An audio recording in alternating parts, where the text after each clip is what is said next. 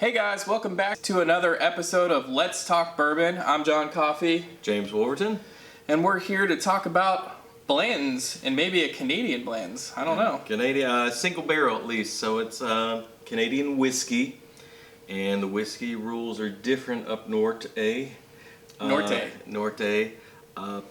They're not as strict as we are down here in Yankee land. Not as strict, eh? Now, they can add caramel flavoring and coloring, and can reuse barrels. So a little different, tend to be a little mellower, a little lower proof. But this did strike my attention about a year ago when I first started seeing it on the shelves at a big size retailer, which will be named later. First thought was I saw that and I go, wow, Sazerac's going to sue somebody. Looks like a Rock Hill bottle. With a moose instead of a horse top, so pretty obvious who they were copying, but turned it around and lo and behold, it's a Sazerac product. They decided to get into Canadian whiskey a few years back and decided to repeat what they did with Blantons, but try it with a Canadian whiskey for a single barrel. So I took a look at the bottle, guys, and it looks like it's 80 proof. Again, on Canadian whiskey, you can add coloring, you can add flavoring. It doesn't have to be in a charred brand new oak barrel, which we like in bourbon, so it can be in a reused barrel, so that can make a big impact. Have not actually tried this before. Always start with water. That's a good starting point. But make sure you're clean. With this, it's called Caribou. Again, it's a single barrel, so that's kind of interesting for Canadian. Yeah, Caribou Crossing. Whiskey. Maybe they're trying to duplicate what they did with Blantons with Canadian. I know it's limited to, looking on the website, about 200,000 barrels.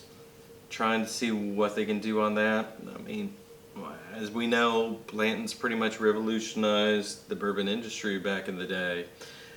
Maybe this might start really making something headway in the Canadian market. Man, I'll tell you, it's a pretty bottle. Well, I'm interested to try it at least. It's got a good color. It's kind of a honey color. Yeah, pale. Pale, but got some light. Not quite Irish or Scotch whiskey pale, but compared to our traditional bourbon pale. Good nose. Nice nose. It's kind of light, grassy. Kind of got to get in there on this one a little bit. Yeah, well, it's 80. I would still not. Almost kind of minty. Yeah, well, it's higher rye.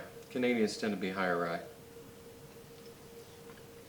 It's true. One thing to think about with Canadian whiskey, it does not have to be corn heavy, so this could absolutely be rye heavy, and probably is. Probably.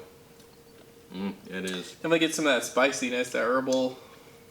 Oh, it's a good mouthfeel. Gets it in the mouth real well. It's nice. Yeah, quite nice. I wonder how second taste will be after I've warmed up the palate. No, it's the Canadian Glencairns with maple leaf represent for Canadian whiskey. Great glasses, guys. We love these. Just in general for whiskey good sipping. Good base. Not as narrow of a top as, like, say, Glencairn. I always weren't happy with Glencairns because it's hard to sometimes drink with your nose in it. But I like. Yeah, a lot of grass, but still that vanilla and caramel that you expect out of whiskey. But it's pretty smooth. It's refreshing. I would say not a. I know that's kind of silly because it's a Canadian whiskey, but I wouldn't probably drink this in the winter. I'd probably drink it in the summer as a more refreshing kind of whiskey to have a taste of. Definitely bright notes. Definite bright notes. Not bad, James. No. I don't think it's going to win over your hardcore bourbon drinker. I think the packaging would, because someone would try it, and once they try the juice, they wouldn't be disappointed. But now, what's the price point on this? about $50. Okay. So, if it didn't come in this pretty bottle, would I be upset with a 50? Probably. But Sazerac put together a real good package. It looks nice, and if I paid $30 for it normally, and it was just regular Canadian whiskey, I'd be content. But $50 being a fun take on what we're pouring right now. No, guys, he had this pre-cracked. Just know that I believe there's some blue wax that goes Blue off wax that around goes here. around, Yeah. yeah. Yeah. Yeah, or got it at stores.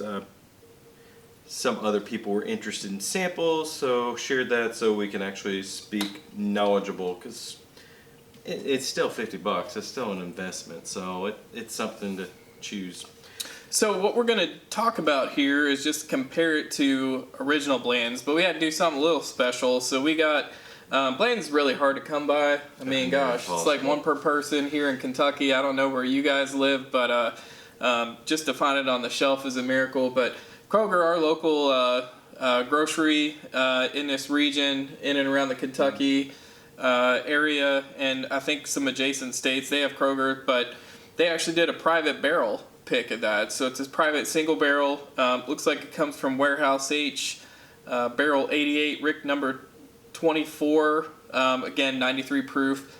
So it was 13 points higher than what we just had. Dumped March 19th last year, so a little over a year ago.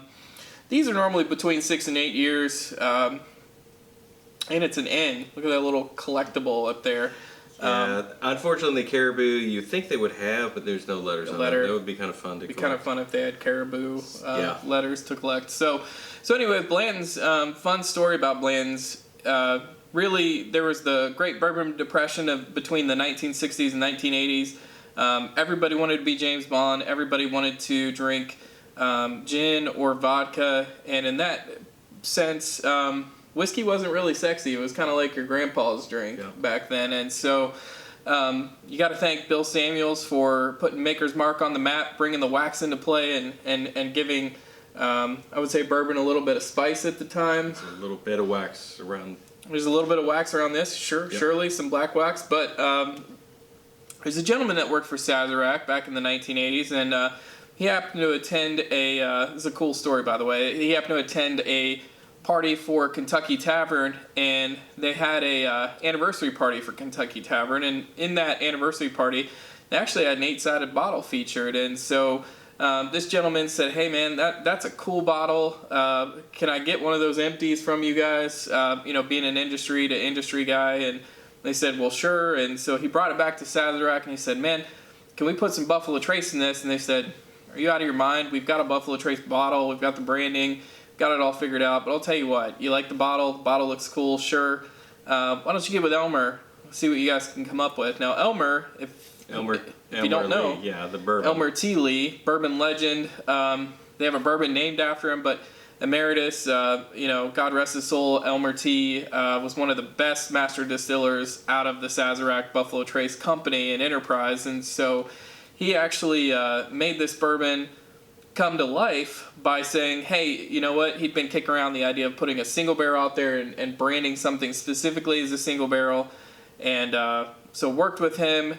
Next thing you know, 1984, Blanton's is the finest, or what is it, the finest bourbon in the world comes from a single barrel, and that was Blanton's. But I'll tell you what, Blanton's wasn't the first single barrel. Hate to spoil that for everyone. Wild Turkey, Old Forester. But, just in that, they did an impeccable job at marketing this and really coming to the forefront of saying there's some special things going on around bourbon, and really kind of put bourbon back on the map as something a sophisticated person would drink, for sure.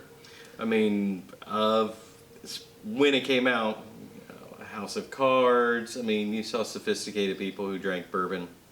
They had a Blanton's. And unfortunately, we love you guys coming to visit our state. We love you, bourbon tourism, it's awesome.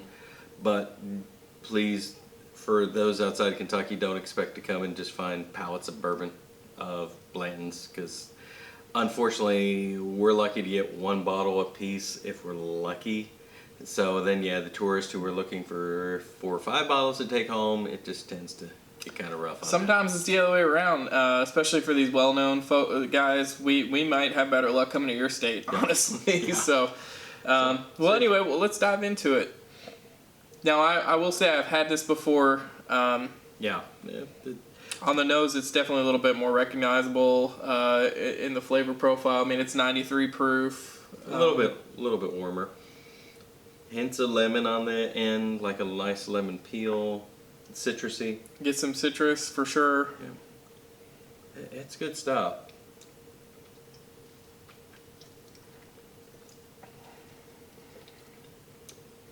It feels warmer in the mouth. Not hot, but just more receptors are firing. A little bit more tannic acid, a little bit more leather. Good mouthfeel on this one. Yes, amazing mouthfeel. Thank you, Chad. We'll see if we can steal that graphic from Bob's Burgers. But yeah, that's what you get from a first fill, never been used before barrel versus probably a lot more flavors coming out of that wood. Yeah, I mean,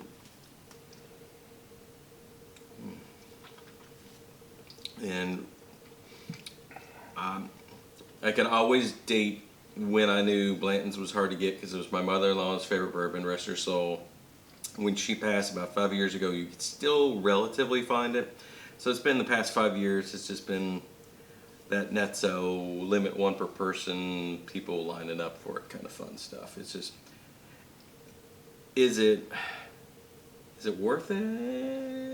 It's really good. I think if you can find it for retail, you don't have to rob Peter to pay Paul or buy a whole bunch of Fireball. Please don't do that to get it. I think it's a great single barrel for sure. And it's part of that ancient age mash bill. A lot of people don't know, but the spawn of this walks into ancient age. The original AAA that's a coveted 10-year product. 10-star, but you also have Rock Hill Farms and Elmer T. Lee that come out of this. So speaking of Elmer, speaking of Rock Hill too. Yeah. So yeah, an amazing bourbon. Maybe this will start jump-starting Canadian whiskey market like this did, and get it more in the States popular. Once again, for 50-ish, because of the bottle and the packaging, quite happy with it. If it wasn't that, I would probably be not as thrilled. Yeah, and between the two, honestly, I would take the private single barrel for sure, but both of these I would say you could drink neat on the rocks. I don't think you really need to add anything to either one of them at all. None of that. Not at 80 proof, I wouldn't put any of that. But I noticed you made us something kind of special here, James, so talk about that. So Joy Perrine, rest her soul, catching back up. She passed away, about a month or so ago. She was an industry leader. Pioneer. Definitely in the bourbon world, definitely in the bartending world. Great speaker, saw her a few years ago talking about her book and lots of cocktails out of this book. Anytime you go on the Bourbon Trail, you see it, pick it up. It is amazing. Some great cocktails in it. That book is pretty much at every distillery that you come by. And the thing about Joy is, and think about this, guys, it wasn't until recently that women in bourbon really are starting to get their due. Joy was one of those forefront pioneering women in the bourbon world, and we thank her for that. We thank Peggy No for that. But you got other people coming forward like Marianne and Pam at Michter's and Andrea. And you got Sarah, it's Bourbon Night. I mean, women in bourbon are really coming up, and Joy was one of the ones, and you could tell she was a bartender. She didn't put up with nothing. The cocktail that made me fall in love with her is not the one we're having, because we're doing this in the evening, and Bloody Marys at 9 o'clock at night aren't. I'd still have one. Hey, I'm not interested. But she won awards for this. This is called the Bourbon Ball. It was from Jack's, which is a famous place in Lexington. Actually started back in '87, but won with this in 2001. Yep, 2001. It's Tuaca, which I just love saying the name. It's Tuaca, an Italian liqueur, vermouth-esque. Cream de Cocoa Dark and Woodford Reserve, and it looks like a bourbon ball. She wrote that she decided to come up with it because there just weren't kind of bourbon ball recipes at the time like the flavor Tuaca, and one with this recipe was the #1 pick for that year. It's got a very sweet port-like nose for sure. Very dark, but I mean that's the dark cream de cocoa in it. And Woodford's Woodford. It's great stuff. Woodford plays well with others. Man, that's good. Tastes like a dark chocolate bourbon ball. I mean, Woodford gets a lot of sometimes not the best love, but boy, in a cocktail it does play well with those. I think this pulls forward a lot of the char from the Woodford barrels. I've had the privilege of seeing Brown-Forman char their barrels at their cooperage, and you get this really toasty, marshmallowy, campfire marshmallow, s'more-ish sort of profile from it. I would say this really holds a lot of that. Maybe a little bit of cordial in the coffee, but dark chocolate around the bourbon ball, which you get the the vanilla and the nuttiness in it. Well, cheers to Joy. Thank you, Joy, for all you did, leading the way and being in. And thank you, ladies, for drinking bourbon and hanging in there with us as we go. I think I don't know. My wife's not a huge bourbon drinker, but Cheryl's starting. Cheryl, to quote her, we went on the bourbon trail before there was a bourbon trail, so she's much love and respect, and she loved Joy. She thought it was great. Joy gave me crap during the whole presentation because I kept on saying instead of ginger beer, L8. She said, "What are you, a rep? Shut up." I'm like, "No, but I like L8." So that was kind of woman Joy was. She just didn't take crap off anyone. You could tell she grew up at the bars. Amazing stuff. So thanks to you, the single barrel Caribou Crossing. If you find it, if you like lighter whiskeys, if you like Canadian whiskey, or even if you like lower proof, I think it's smooth enough to definitely give a shot. It looks great on your bar. It'll be fun. And Blantons, if you can find it, man, buy it. It's good. Buy two. But I'm James. I'm John. And we'll see you soon, and we'll talk. Let's talk bourbon again soon. If you like our video, feel free to like and subscribe. We've got some more coming on the way, folks, and we'll see you again soon.